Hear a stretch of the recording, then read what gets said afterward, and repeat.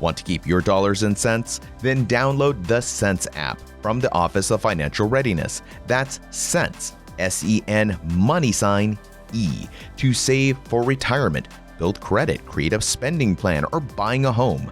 You can't do any of those things without money. So if you have sense, you'll download the Sense app. That's S-E-N, money sign, E, today.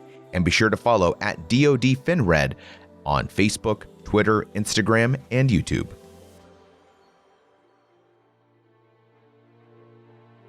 Vampires, werewolves, and Nazis. This is Military Matters. I'm Rod Rodriguez. Halloween is around the corner, and I couldn't be happier. Ghost stories, horror movies, and all things spooky are in season this time of year. So when Jack Murphy approached me with the simple concept we opened the show with, that is vampires, werewolves, and Nazis, well, I couldn't say no. How can you say no? But in traditional Jack Murphy fashion, the story he delivers takes us on a very different path than what you might expect. We're introduced not only to the fantastic monsters of lore, but we also come face to face with some of history's very real monsters. And in the process, we discovered that the footsteps heard in our own home may be signs of something far worse than any supernatural entity. This story takes some interesting turns and may challenge your beliefs, ideas, and may even feel a bit confrontational. This isn't a trigger warning necessarily, but more of a reminder to keep an open mind and feel free to have a conversation with Jack and his guest. Our email address is militarymatters@stripes.com, or you can leave your comments on Twitter or Facebook. So, continue playing this episode if you dare. Jack Murphy talks with European and German historian Dr. Eric Kurlander about his book, Hitler's Monsters, A Supernatural History of the Third Reich.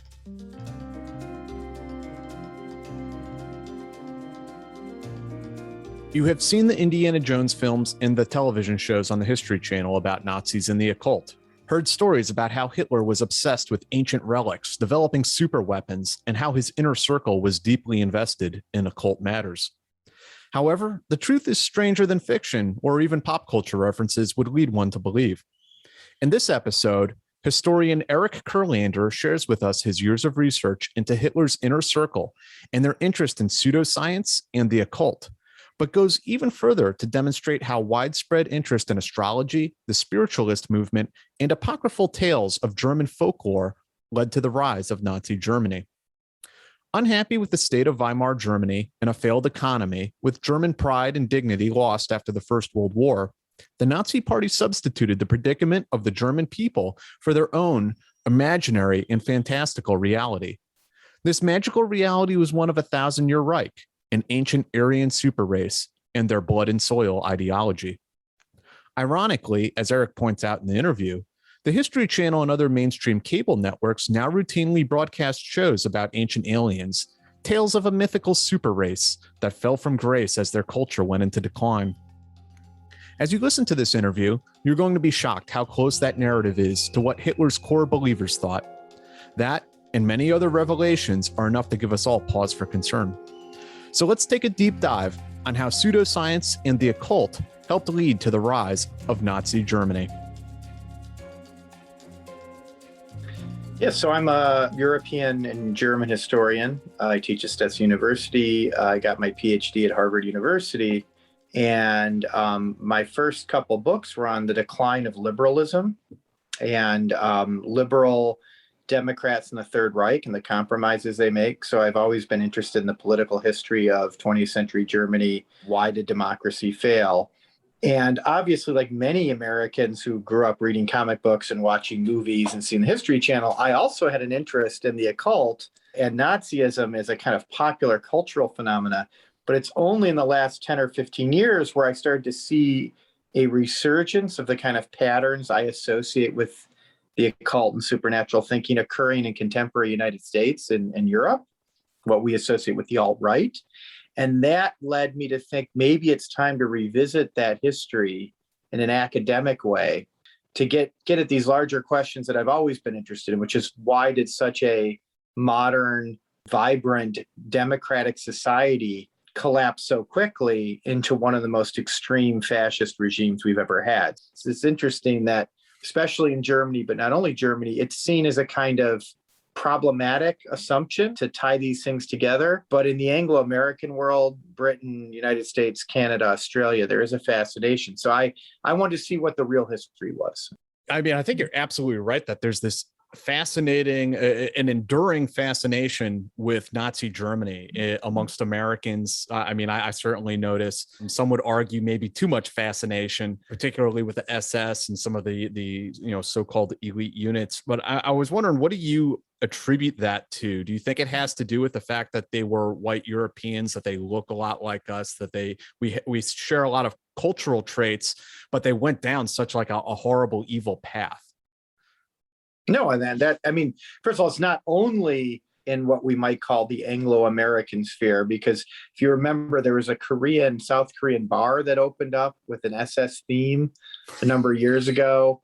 And then, of course, this kind of proves the point. I think Prince Harry dressed up in a Nazi uniform. So they're almost comic book figures, or I use the term monsters, out of a kind of fictional universe, right? They epitomize the dark side of all of Western industrial society. And I think that's where the fascination comes from, because it is familiar. It's not foreign enough for us to have enough distance from it to just kind of be modestly invested in understanding what went on. We recognize ourselves in the Third Reich and in modern Germany, whether we admit it or not. And I think that's where the fascination comes from. And of course, that's the premise for a lot of us who study it, is this was a society a lot like the United States. We get into why many historians, sociologists, political scientists see Germany as a kind of laboratory of modernity. But there was a lot more that Germany and America had in common than, let's say, Germany and France, or Germany and Russia, or even Great Britain by the 20th century. I think one of the things that makes your work unique is you talk about the occult, not just in the elite classes in Germany, be it the bourgeoisie or the political elite in the Third Reich, but in everyday Germany, that there were these things starting with astrology, but then going way off on all sorts of fringes and things you call border science in the book. I was wondering if you could talk a little bit about that, about the sort of presence of the supernatural in Weimar Germany. Right. So I argue that before World War I, and not only in Germany, there was a resurgence of interest in these three different strands of supernatural thinking. What we might call the occult doctrines like Theosophy, Ariosophy, Freemasonry, Anthroposophy, border science, so sciences that are on the border of what's considered acceptable science, or that studies energies that are on the border of our experience, so hidden, however you want to call it, which obviously overlaps with some things we'd call occult, but talking about astrology, parapsychology, world ice theory, dowsing, with radiesthesia, they called it. And then the third kind of cluster of ideas or practices which experienced resurgence in the late 19th century is alternative or pagan religion. Right? Whether it's Eastern influenced investment in yoga and Hinduism, Buddhism, interest in Tibet, pagan, Germanic or pre-Christian, or even Luciferian traditions, Wiccanism, there's definitely, in the wake of industrialization and a more scientific oriented world, people are searching for kind of new paths or new spiritualities. It's not that Germany's unique in doing that. It's just that the phenomena in Germany and Austria, I argue, are both much more politicized. They're not just things you do in your drawing room to have fun with your date on the weekend. It's something that starts to influence the way people view the world. And the content of these occult doctrines and border sciences in Germany and Austria tends to be more colored by racial theories. So there's racial theories underlying a lot of these ideas, even in Britain and Russia and America, but they really are salient in the late 19th century in the German versions. So like if you went to a theosophic meeting in Britain or America and you went to Germany, the British and Americans are talking about getting in touch with their ancient kind of alien parapsychological faculties. And if you go to the German one, they're mentioning that, but then they're also talking about the purity of the ancient Aryan race that dominated Atlantis. So there's these slight differences which, magnified in the 20s and 30s, help us to understand why so many Germans found this kind of supernatural imaginary so attractive. And just to your point about class, it's very clear that these ideas are very strong among the lower middle classes. So it tends to be these kind of disaffected Protestants, the lower middle classes, who aren't quite comfortable with modernity but have rejected traditional religion, who seem to be the most attracted. And by the way, that happens to be the socioeconomic group then and now, which is most attracted to fascism. Yeah. I think it's really fascinating that you have a class of people that they have this agrarian nostalgia for going back in time and village life and Volkish tradition. But at the same time, these are people who have never lived in a village a day in their lives. These are people who have never worked a farm, have no idea what that lifestyle is like. But yet, and as you point out, it's not only, I believe, in Indian politics in the country of India, there's also a glamorization of village life amongst the elites. But these are people who would never, ever want to live in a village. Not all of them, because remember, Germany in the late 19th century was just becoming exactly like the United States around that time, 50-50. Now, by the 20s, it was more like 65-35. But the Nazis did very well among small town voters and farmers, who were still a significant, if no longer majority constituency. It's just that, as you point out, it's often the lower middle classes in the cities who also glorify this idea of going to the countryside, the warrior peasant who's going to take back the Eastern territories, right? That's something that the Artemannen in the 20s glorified, and they had solstice festivals. It just happens that a bunch of SS people like Himmler and Dare were members of the Artemannen, right? You know, the empirical evidence is direct. It's not a speculation that these interests are connected. And, you know, Himmler was not a highly educated person. He was a bright, petty bourgeois, right? I think his father was a music teacher. He grew up in a kind of solidly lower middle class household. So the people most attracted to these ideas probably have the least formal academic training, but academics also got invested in it, which is also a little worrisome, right? Hitler himself, I think, was interesting because he definitely had some investments and some equities in the supernatural. But at the same time, he saw a lot of these people as like more like fellow travelers. Like he saw this as something he could use in his rise to power. You know, you write in your book about how some of the Nazis were true believers in the paranormal. Others used it when it was advantageous to them and minimalized it when it wasn't. Exactly. Right. So I started the research for this in 2008. That's when I started to notice these things in broader society. That was around the time the Tea Party came up, and you started to see alt-right movements like the AfD in Germany, 2008, 2009, 2010. Since then, we now have contemporary examples that help illustrate this. So one of the things that I quote from Mein Kampf is Hitler, very cognizant that the early Nazi party was very much embedded in these kind of occult and pagan religious and border scientific traditions, complaining that the party wasn't going to do well if it's a bunch of wandering scholars in bearskins, right? The idea that you go out in the woods and you try to get in touch with, you know, Odin's berserkers, or you become a werewolf, or you. And what's interesting now, after like January 6th, think about the QAnon shaman wearing literally animal skins. So this tradition on the far right, this folkish tradition, Hitler recognized that it was both potentially embarrassing and alienating for the smarter, kind of better educated bourgeoisie that he knew hated communism and was nationalist, but would be a little uncomfortable. At the same time, he knew that's where his bread was buttered. So what you see Hitler doing, and some other Nazis like Goebbels, is trying to manage these ideas, a wink and a nod, not quite embracing it, but then recognizing, because it is about esoteric symbols and little phrases, you know, Mike Flynn saying what he needs to say to appeal to those constituents. So the fascists in the interwar period knew how to do that. Some of them believed in it. Some of them actually would do. I mean, Himmler believed in a lot of this stuff. He had round tables in his castle. He believed in kind of Grail theories. Hitler he did have a dowser come and check for cancer-causing death rays in the Reich Chancellery. So Hitler was not averse to these ideas, but compared to Himmler or Rudolf Hess, it was more utilitarian. It's almost like it's a two-tiered ideology. I mean, really, it's just tailored to different audiences is all it really is, right? To try to create, as some people have said about QAnon, that it's a big tent conspiracy theory, that it incorporates all of these different ideas into one thing. And, as I was reading your book and as I've, been working, as a journalist the last few years, I can't help but hear some of the QAnon stuff about ritualistic child abuse and deep state conspiracies and not think, man, this is recycled Hitler Youth propaganda.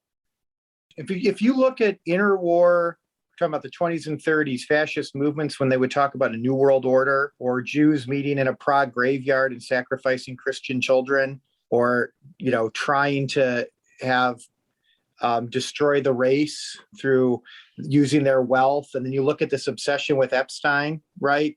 It's the same, or Soros running a world conspiracy. It's the same patterns that you see in interwar fascism, just framed in a 21st century idiom. Fascism is an attempt to unite or draw upon elements of the three major kind of ideologies of the 19th century: liberalism, conservatism, and socialism. Well, those are not compatible ideologies. So how do you have your cake and eat it? How do you appeal to disaffected groups who in some ways find elements of all three of those attractive? You come up with supernatural or border scientific or irrational kind of all-inclusive theories, tropes, effective traditions or rituals that get away from discussing tax policy or education policy or empirical and scientific reality. That's what fascism does very well. It's a ideology of negation. Here are your enemies. Here are the monstrous others trying to get you. Here's what we have to do to defend ourselves. It's not really about what's the best marginal tax rate.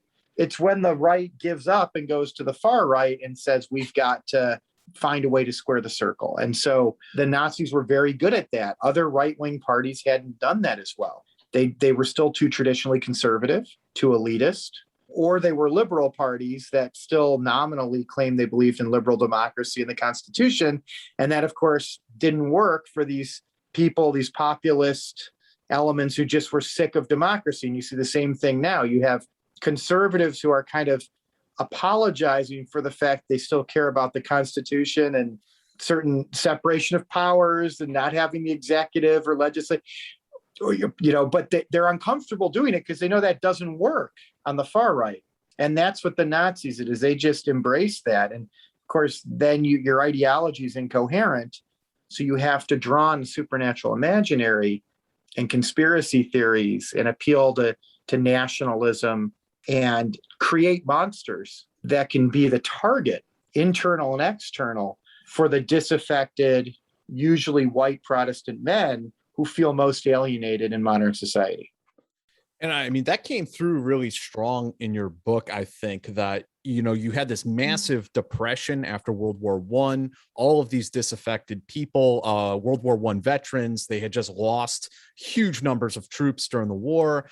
And the Nazis used this sort of magical realism, this rejection of science and imperialism, or empirical data, I should say, not imperialism, but to leapfrog out of their current situation and jump into something completely new. And it's like they needed magic to get there, that there wasn't a clear path forward for that society. So they kind of descended into the supernatural to recreate their eventually an empire. Well, they had 10 years, right? So what's really important, and this is why, let's get back to my comment about why Germany is a laboratory for historians and political scientists, sociologists. The Germans were actually pretty resilient. If you look at the fact that they had not had liberal democracy, a true liberal democracy, right? They had a monarchy that was quasi-constitutional through World War I. The fact that it lasted 10 years without anything like the Nazis getting a lot of votes, despite inflation, lost war, Versailles, shows you that the majority of Germans wanted it to work. And we also have to remember the Nazis never got more than about a third. Now, if you look at the people who are willing to vote alt-right in France, the Netherlands, the United States today, for a candidate who explicitly denies the reality of what's going on, science, the Constitution, the outcome of elections, we're getting close to 35-40% or more. So it's not that Germany was unique. This is what's scary. It's that it took a huge amount of crises, internal and external, a lost war, and then the Great Depression to trigger enough of these kind of latent these kind of latent neuroses or pathologies. So people abandon mainstream parties in the center and right and move to the far right.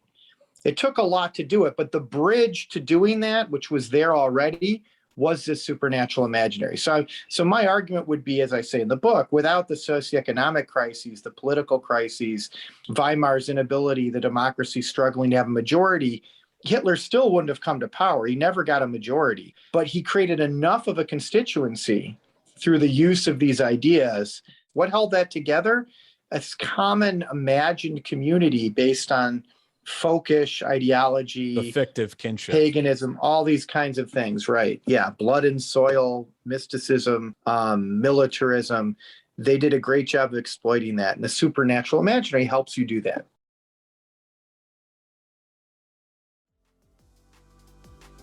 Are you a military spouse? MilSpouse Money Mission educates and empowers those whom service members rely on most. So if you're the household 6, captain of the homestead, leader of the domicile, check out MilSpouse Money Mission from the Office of Financial Readiness. Also, they have an app, Sense app, SEN money sign E, to save for retirement, build credit, create a spending plan, or buying a home.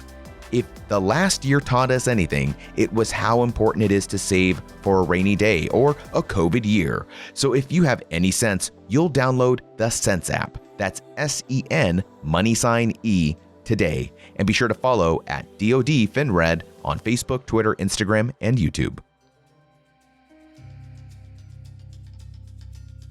Before we move on, let's go ahead and talk about the elite true believers, the stuff that comic books are made of. Himmler and a few of his other cadre who were like deeply invested. They were the true believers in this sort of occultic practices. And I mean, what were some of the weird things that they believed? And I mean, why was this even important to them? It was mainstream then in certain circles, and it's mainstream now. So if you watch the History Channel, they have this show, I think it's on the History, Ancient Aliens. Now, I don't have time for this, but I've glanced at it, right? And the theory behind it is that aliens at some point arrived and they were superior beings. They mated with humans. They created some superior civilization. It declined, but there's still vestiges of it. And there are people who may have inherited. You get it, right? Well, that's exactly what Himmler and those people believed in, that they're based on various occult doctrines from the 19th century, theosophy, Arianism, that there had been an ancient Aryan civilization which was superior to other races and civilizations, probably because of some kind of extraterrestrial blood or spirit. It may have been somehow akin to or explain the Nordic gods and Nordic mythology. There was some catastrophe, a flood, giant balls of ice hitting the earth, raised sea levels, destroyed that civilization, which we call Atlantis, they called the Thule. And the superior people who were left had to go to places that were very high. They went to parts of Northern Europe, Tibet, to maintain their superior civilization, religion, and culture. We have elements of that among petty bourgeois, white, quasi-Christian men in American Britain today. They love that stuff. Isn't it possible that there were frost giants? So Himmler was the epitome of a kind of smart, semi-educated, widely but unsystematically read individual who got way too much power and then tried to test or prove his non-scientific theories and got angry at mainstream academics when they didn't accept them. And because he had so much money and power, he did manage, in a way that no modern democracy should ever allow, to have his own research institutes, police, and army, where he could, and even his own rocket program, where he could experiment with all this stuff, including human beings, right?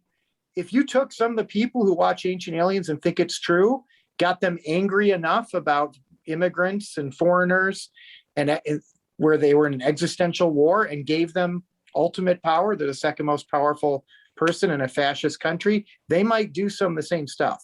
So I guess what I'm saying is it's not that bizarre that he thought you could re-engineer racial superiority through breeding, that he experimented with human beings with extreme cold or extreme heat, sometimes based on fairy tales like The Fisherman's Wife, about how human warmth somehow has a better effect in resuscitating a dead person or near dead person than artificial warmth. Thor's lightning, believing there may have been an actual hidden force that ancient Nordic people could harness, and that's where the idea of Thor's hammer came from, and maybe you could harness it now. Searching for gold in the Rhine based on Wagner. We could go through a death ray machine that he wanted to create, dowsers that he sent with the Waffen SS to search for various things underground. But he was not unique. It's the Nazis were drawing on popular ideas that existed in Germany, Austria, Britain, France, and are around today, right? That this obsession with symbols, swastikas, sun wheels. Look at, again, some of the QAnon stuff. So I don't want to dismiss it as crazy. Of course, it doesn't hold up to scientific inquiry or empirical reasoning, but Himmler represented a demographic which is very powerful in Europe and America today. Yeah, I mean, he really is sort of like the character out of Indiana Jones or something like that. He was drinking his own Kool-Aid. I mean, he actually believed this nonsense. Well, you're using nonsense. So first of all, what's really unfair in dismissing all of this is the reason they're all invested in it is they've ceased to believe in Christianity in the conventional way. And when you look at America to even today, but certainly American Europe back then, there were a lot of devout Christians, many of whom were also fascist, but they were tended to be a little less devout fascists than the people who were a little more critical of Christianity. My point is they were looking for a substitute. But you also can't prove that Jewish guys in Palestine rise from the dead.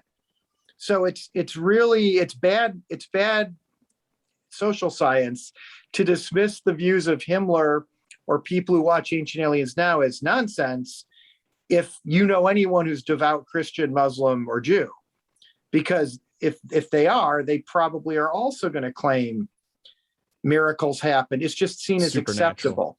And my argument in the book is that traditional religion, while certainly not helpful in maintaining liberal democracy, if you look at people who are devoutly religious, they are more likely to support authoritarianism generally and more skeptical of science. It did insulate them, my argument is, from some of these alternative ideas in the supernatural imaginary.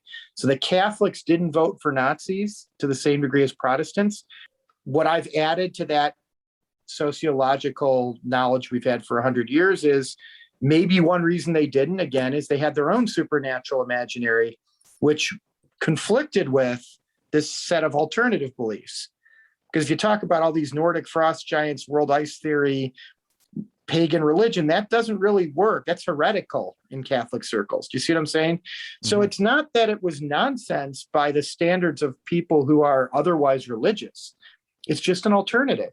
And this one happened to be really dangerous. As I would argue the alternative is now. I would say, someone right now who's a devout Lutheran or Methodist or a Catholic who actually listens to our current Pope is less likely to become a fascist or a racist than someone who claims they have a personal relationship with Jesus but doesn't go to a traditional Lutheran church, doesn't really listen to or read the traditional theology, doesn't much care about those. Right. So my argument is a complex one, that being non-secular, being religious doesn't automatically make you a fascist. There are people who argue that Christianity led to fascism. Right. I'm arguing that Christianity, devout Judaism, being a fundamentalist Muslim, can lead to bad political outcomes and often does. But when it's unmoored completely from some kind of theological tradition, and anything is possible. And that's what Himmler and Hess were arguing. They would kind of pick and choose from anything they wanted to make sense of their racial theories and their their military and geopolitical aspirations, right? And that's the kind of thing now that I would argue is most dangerous, because you can't test it and you can't push back against it. But it's not nonsense. There's a coherence to it in their minds. I have seen some articles written where pastors were interviewed, and they talk about trying to keep their flock on track towards Christianity, as many of them are starting to veer off into this sort of like anti-vaxxer. And yeah, so that's what you're referring to, that Christianity can be a firewall against fascism. Exact Christianity. And so some of my colleagues on the left, and I'm not saying I'm not arguing that I'm on the right, but I'm arguing empirically, I think they overestimate the way that traditional religion leads to radical right-wing politics. It can. I mean, certainly the fascism in Italy and Spain was allied with the church. Germany, less so. The churches supported Nazism, but not as strongly, partly because they were uncomfortable with this alternative supernatural imaginary, right? And these alternative mythologies of Indo-Aryan superiority. They weren't quite compatible. The Protestants had an easier time of it, though, because Protestants don't have to adhere to a set of universal values set by the Vatican, regardless of race, religion, age, or sex. Protestants can do whatever they want in many traditions based on their own, again, personal relationship with Jesus or what their pastor tells them. And that's why, whether it was the Klan in the United States or the Nazis, they did best among Protestants, because Protestants have the most flexibility and malleability in melding their putative Christian beliefs with racial theories, anti-Semitism. I mean, think of the bizarreness there. Christianity, as the Nazis often pointed out, came out of Judaism. And yet look at how strong anti-Semitism has been in many, especially Protestant. Well, but not according to the Nazis who wanted to salvage Christianity. They literally, as I talk about in the book, you can do this when you're a supernatural thinker, right? They separated the New and Old Testament, and they said that Jesus was actually a lost Aryan, or a member of a lost Aryan tribe. He was probably Balder in the Nordic tradition, Balder who died, went to hell, and came back. And that Paul and the Jews tried to corrupt Christianity to pacify and weaken the Aryan race. But the true Christianity of Jesus was a Nordic religion that got corrupted by Jews, who, of course, were the Semitic people who dominated the Middle East. I'm not making this up. This wasn't some fringe idea. Hundreds and thousands of theologians and bright people spread these ideas, and millions of people in the Third Reich did believe some of this stuff, that you could separate. It was called German Christianity. You could just get rid of the Old Testament. Religion could be a firewall against this kind of thinking, but in practice, it often provides like a gateway drug for it. But it's not the same thing. And I'm trying to point out that to call one nonsense and say the other is acceptable is not scientifically accurate. I thought that was definitely a key point in your book, that the Nazis were not Christian, which is kind of shocking. And they kind of, again, I got the feeling from your book that they kind of kept that on the down low a little bit, at least initially. And with today's fascists, I mean, when I listen to, unfortunately, some of the charismatic leaders in the background, they make hints at it as well, that Christianity they see as some sort of foreign imposition on, white Anglo America. That's interesting. Yeah, I'd be interested to hear more of that. First of all, the Nazis were very careful. So some of them, I mean, Goebbels was raised Catholic, Hitler was raised Catholic, Goering Protestant. I mean, they recognized and admired the ability of Christianity to basically propagandize and create an ideology, right? Himmler talked about the SS being a kind of alternative set of Jesuits. Hitler constantly talked about providence and positive Christianity. So my argument would be the most kind of devout Nazi leaders were very uncomfortable with Christianity, but they also recognized how embedded it was in Western and German culture and the ways they could co-opt it or modify it or transmogrify it. And so in the chapter where I talk about religion, I don't say that they weren't Christian, because Christianity, as I'm trying to point out here, is so malleable. Mm-hmm. What they were is they rejected traditional Christianity. They thought the Catholic Church had been completely co-opted by Jews. Their theory was that the papacy was basically in league with Jewish notables from the Middle Ages on, and came up with witchcraft and heresy as a way of eliminating Arians. So if you call the women witches, you can kill them and they can't have children. So then that will end the Aryan race, or the Aryan race will lose its kind of its Earth Mother leaders, and of course it won't have Aryan children in the same degree. Of course, this is all totally not reality, but a lot of Nazi leaders claim that about the Catholic Church. With Protestants, they're more ambivalent because they liked Luther. Luther was racist, anti-Semitic, wrote in German. He was a hero of a lot of German nationalists. Said, well, if you're a devout Lutheran, you don't really talk about the Old Testament, you accept theories that Jesus was blonde and blue-eyed, you can be a good Nazi. And I have a colleague, Richard Steigman-Gall, wrote a book called The Holy Reich, where he argues that if you accept this malleable form of Protestant Christianity, the Nazis actually were in some ways Christian. But I think it's more accurate to say it's one of the traditions they drew on, along with Indo-Aryan religions like Hinduism and Buddhism, along with Shinto to some degree, and paganism, Nordic paganism, to create their own kind of amalgam of a racialized Indo-Aryan religio-mythological tradition that they thought was compatible with the Third Reich. Does that make sense? Well, it makes sense when you try to step into their shoes a little bit. That was something that I took out of your book as well that I thought was fascinating, and I wanted to ask you about was how they were reaching out to Tibet, to India. They were trying to make inroads in Palestine to create this sort of like bizarre monomyth about an Aryan civilization that stretches through Eurasia. Right. And that's like kind of hard for most of us to wrap our minds around, because our interpretation of the Nazis is this profoundly racist regime that just murders anybody who's not Aryan. So what were they trying to accomplish with that, with those sorts of not just scientific expeditions they were making to Tibet, but actual political alliances with, what we would call today, quote unquote, people of color? First of all, let's remember that as anthropologists, biologists, geneticists have shown, there is no coherent race due to the way that human beings evolved and mixed, and we all have some Neanderthal. So by definition, if you're a devout racist, you're not technically a racist in any way that makes scientific sense, because it's not accurate. How could Jews, Ashkenazi Jews, who had been in Europe for 1,000 years, intermarried or intermixed with Slavs and Germans, be so horrific, but you wanted to work with Indians and Arabs? It makes no sense biologically. But I'd argue the Ku Klux Klan makes no sense. But it's race.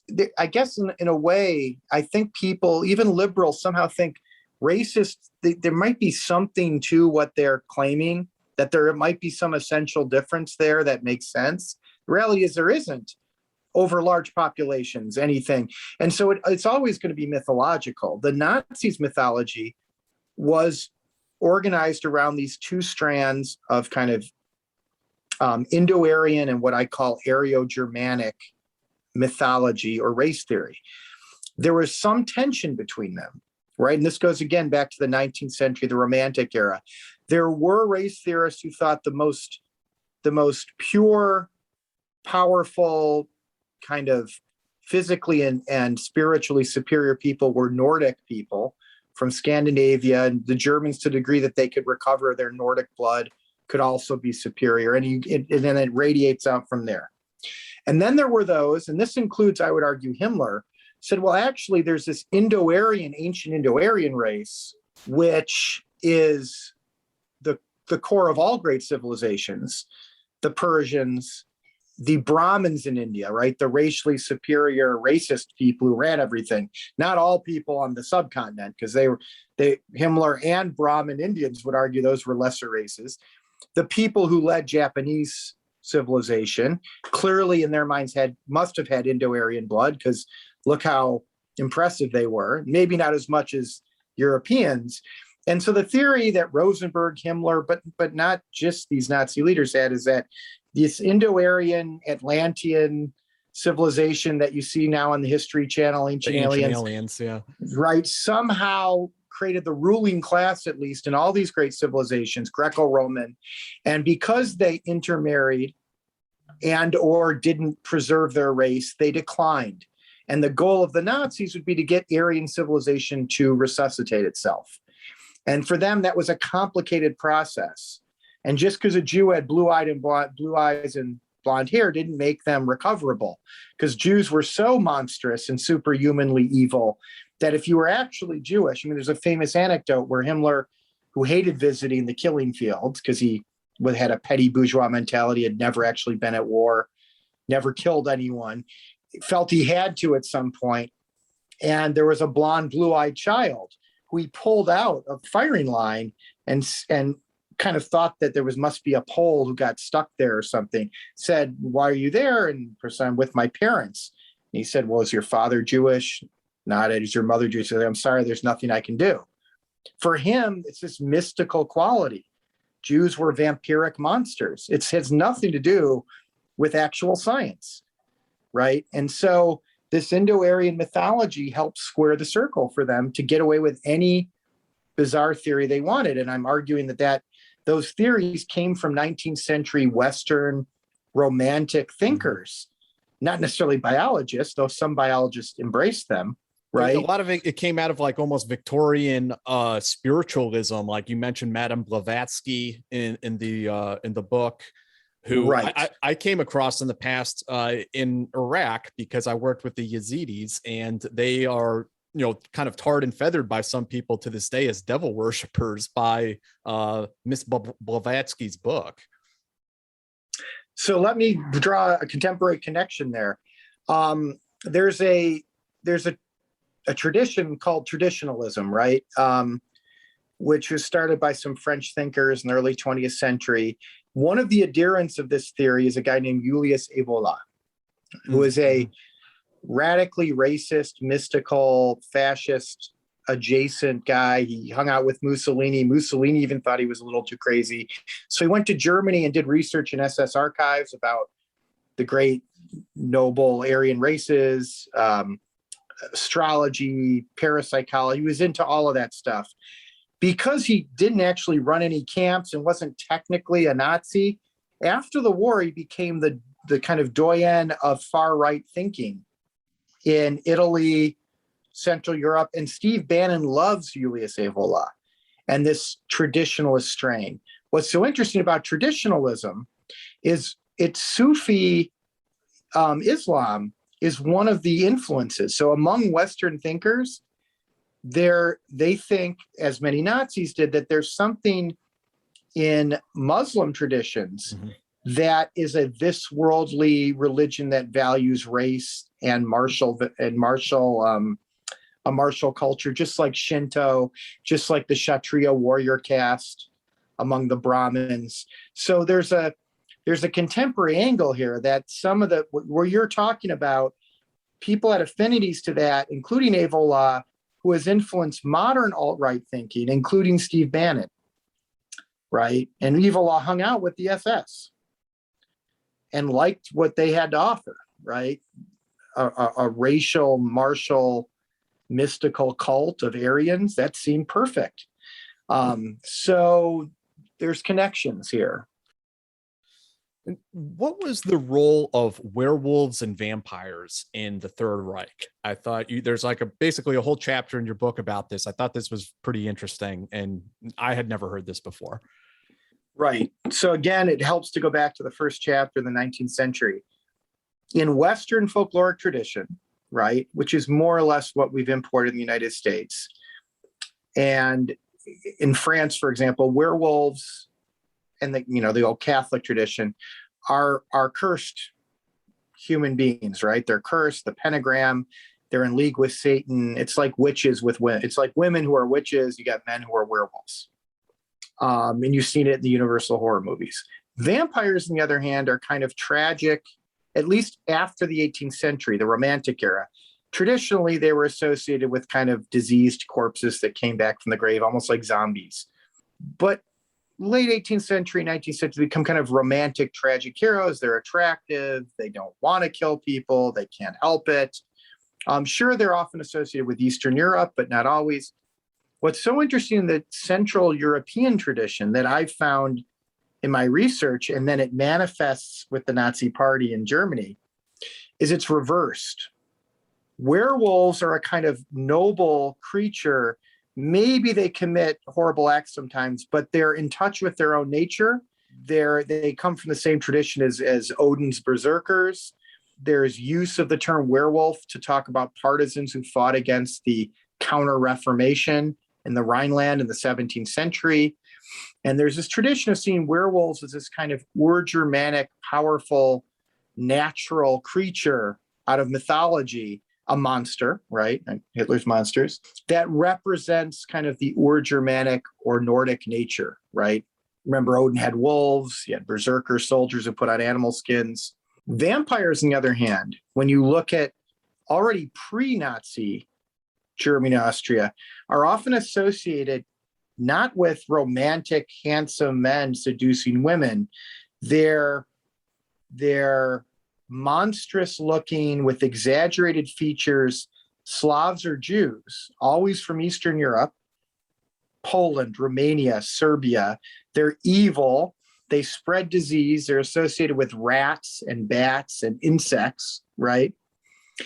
And why do I give you all this context? Because during the Third Reich, culminating in World War II, you have this fetishization of werewolves. So, for example, already in the 20s and 30s, there was a paramilitary group called the Werewolf that were going to kick out the French and the Belgians. And some Nazis were members of this group. When there were certain divisions created in World War II, they used the term werewolf for some of them. When Himmler and Goebbels wanted to create a partisan force at the end of World War II that would defend Germany against the evil communists coming in, what did they call it? The werewolf. And they didn't even use the play on defense that the earlier versions of the werewolves had used, the WEHR, which is also, it's Wehrmacht. It means your military, basically. Gotcha. They got rid of the H and just made it the traditional werewolf, just like in English, WER, which means man wolf. So they didn't even want, it was a direct reference to the mythological creature. And that's what they called their military defense partisan force. Conversely, there were reports from ethnic Germans fleeing west from Serbia, parts of Southeastern Europe, that they were being attacked by blood-drinking Slavs who were communist. So my point is, this folklore, this mythology, the supernatural imaginary literally colored the way that Nazis and some ordinary Germans viewed the end of the war, because those folkloric traditions influence how people imagine their reality. I'm not saying that the Nazis really thought they're creating a partisan force of people who could really become werewolves, nor do I think that all Germans thought vampires were actually attacking them, though there's enough reports, I've seen the archives, where they claim superhuman Slavs, including women, would suddenly pounce on you and you couldn't stop them. They wanted to drink your blood. They wanted to drink Swabian blood. Swabian was the derogatory term for Germans in Eastern Europe. Schwaben. So, yes, you even see manifestations of this in the end phase of World War II. And speaking of the end game of World War II, there was Himmler and Hans Kammler and these so-called miracle weapons. It almost feels like the culmination of all the delusions that the Nazis sold, not just their people, but themselves. When you've had border science become institutionalized under people like Himmler and his Ahnenerbe, his academic institute for ancestral research, and you've pushed this strongly enough in universities and in popular culture, and I talk a lot about that in earlier chapters, the way like world ice theory is pushed as a alternative to Jewish physics. Of course, it has no basis in reality, but Hitler and Himmler love it, right? Right. They rejected relativity as Jewish science, right? And quantum mechanics, right? Yeah, exactly. Oh, I thought quantum was considered Aryan. No, very small things and very large things that you couldn't see, they were skeptical of. Remember, nuclear atomic energy is based on quantum mechanics, and they didn't make it as far. I mean, one of the theories is Himmler and Hitler didn't understand it and saw it as Jewish. And of course, they kicked out a bunch of the nuclear physicists. So, Einstein was dealing with very large things, but you need quantum mechanics. You need the atomic level particles, right, to create nuclear energy. So both aspects of modern physics, they were skeptical towards. Not every Nazi. Obviously, they paid Heisenberg to do what he could. My point is there is this tension which undermined their war effort. Now, they did a great job. You look at the per capita income of Germany versus who they were fighting. There's no question that Speer especially maximized German resources. Speer, though, as I show in my book, was constantly arguing against these Nazi leaders who, again, most of whom had no scientific background. Baldur von Schirach, who was head of the Hitler Youth. Hess had taken history and political science. Himmler never went to college. Hitler never went to college. And they're telling him, we need these rockets that'll do this. And we want planes that can be both jets and bombers. And Speer's saying, none of this is necessary or it's not going to work. We need conventional anti-aircraft stuff. We need jet fighters to take out their bombers because they got more bombers than we have jets. And constantly he'd be overruled or told, no, I want a V3 rocket that's going to hit the United States. And my argument is because they had a kind of science fiction view of the world, they wanted to make that reality, right? And that took lots of time and energy and resources away from more conventional aircraft, ordnance. It complicated the tanks and some of the things they made.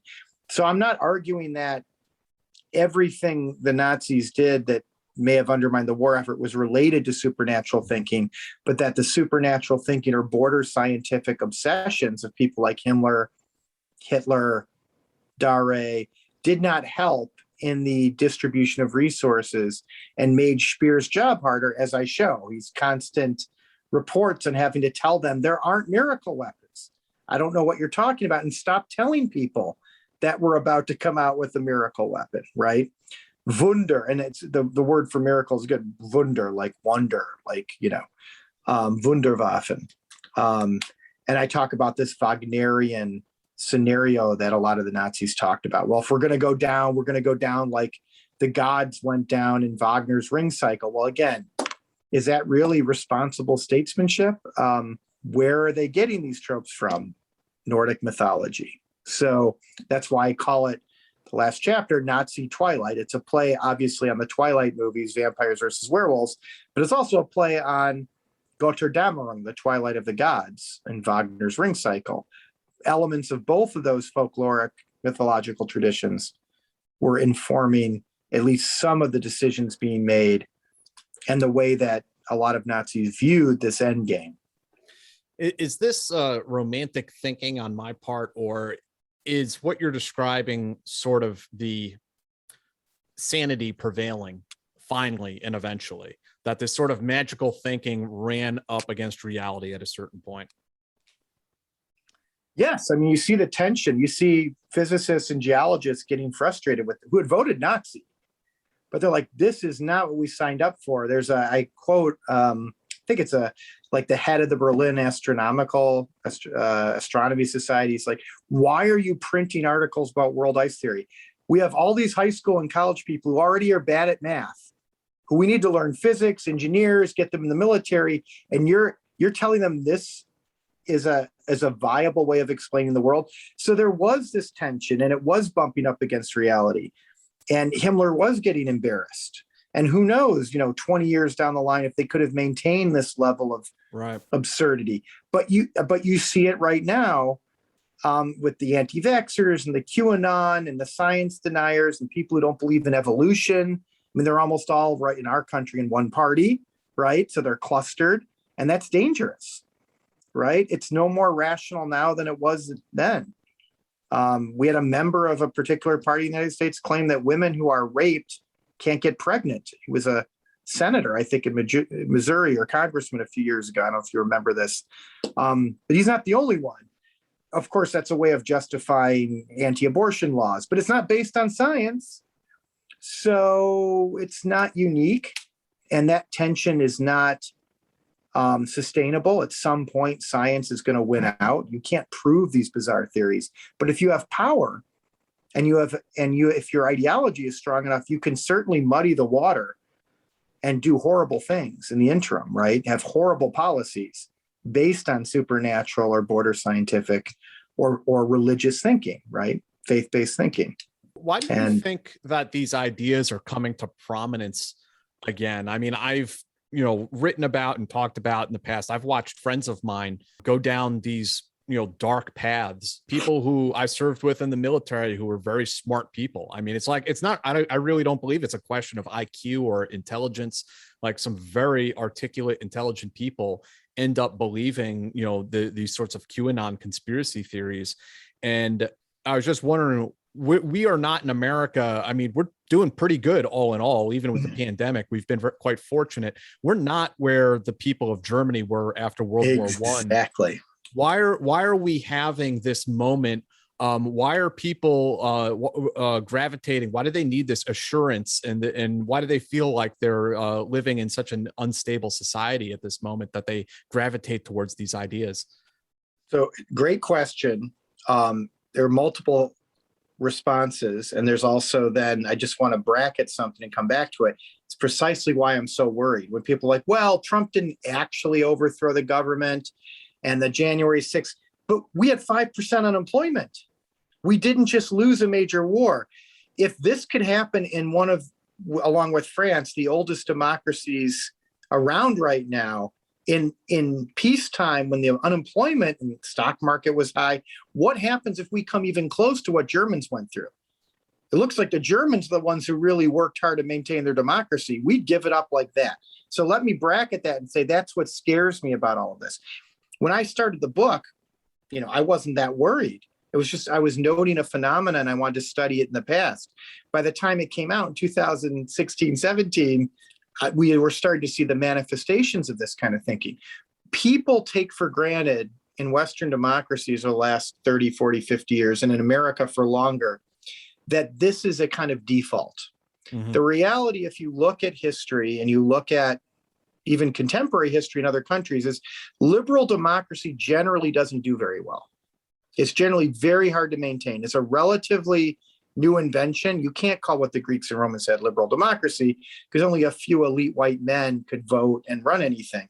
Women, slaves, even the original American and French republics, 1 in 32 people could vote.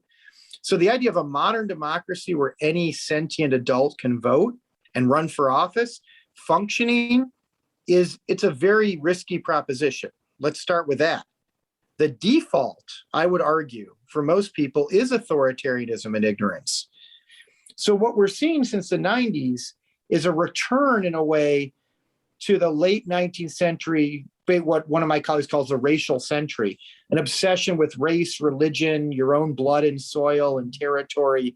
And how do you make sense of a world, if that's your default, through a lot of these kind of effective, supernatural, conspiratorial views, right? That's what helps. You need recourse to something spiritual. And if traditional Christianity isn't going to do it, or you're not a fundamentalist in some way, evangelical, Muslim, then QAnon, then Soros, then, Jewish space slave, something that explains your reality and helps create a sense of community, right? When you no longer have these clear sides and you can pick one.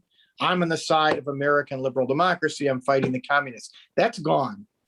And in periods like that, the world's a very unstable place. And the default, because liberal democracy is not, I would argue, such an easy thing to maintain, is to resort to these kinds of more territorial, more border scientific, faith-based views of the world. And that's why I pushed back earlier when you called Himmler's views nonsense, because as you point out, there are people it's a Cartesian dualism, but for non-Christians, right? Descartes famously said, I can study physics and not be, at odds with the church, because I've got my faith here and I've got my empirical faculties there. Well, you have pilots and engineers, people in the military who are very bright and can do very impressive technical things. And somehow they can park that rationality and systematic at the door when they go to a Mike Flynn rally, right? And even Mike Flynn can do it. Human beings are wonderful that way, that in their ability to do that, but that's also dangerous. Suffice to say, this was an illuminating conversation for me, as I hope it was for our listeners as well. I knew that Himmler and his gang were deeply invested in the occult, but Eric's book brought out a lot to light that I never knew about. Some of the alliterations and comparisons to contemporary politics are likely to be controversial, but I think we all owe it to ourselves to ask some of these difficult questions about what is happening in America today, not just politically, but socially and culturally. A lot of people are unhappy and dissatisfied. Why is that? And is there anything we can do to turn things around for them? Eric's book is called Hitler's Monsters and is available wherever books are sold. I highly recommend it, as he really did a ton of research for this book, which is filled with source citations. I hope more people will give it a read and contemplate how a seemingly rational society came completely off the rails.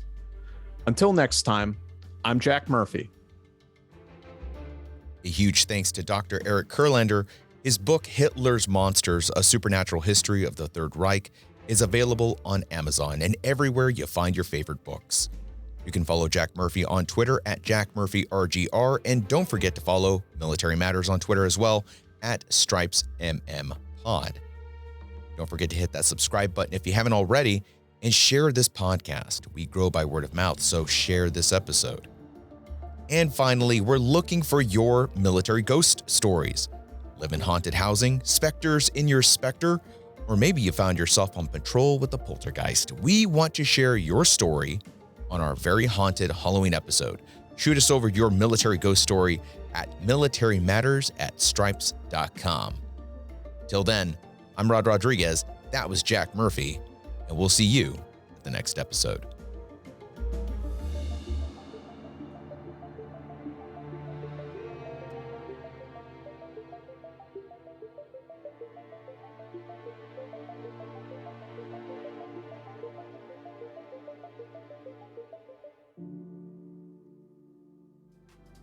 Did you know that the Office of Financial Readiness has an app?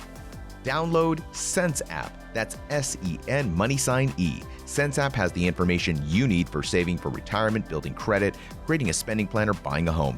FinRed has the tools you need. Download Sense App for tips on the go and follow at DoD FinRed on Facebook, Twitter, Instagram, and YouTube.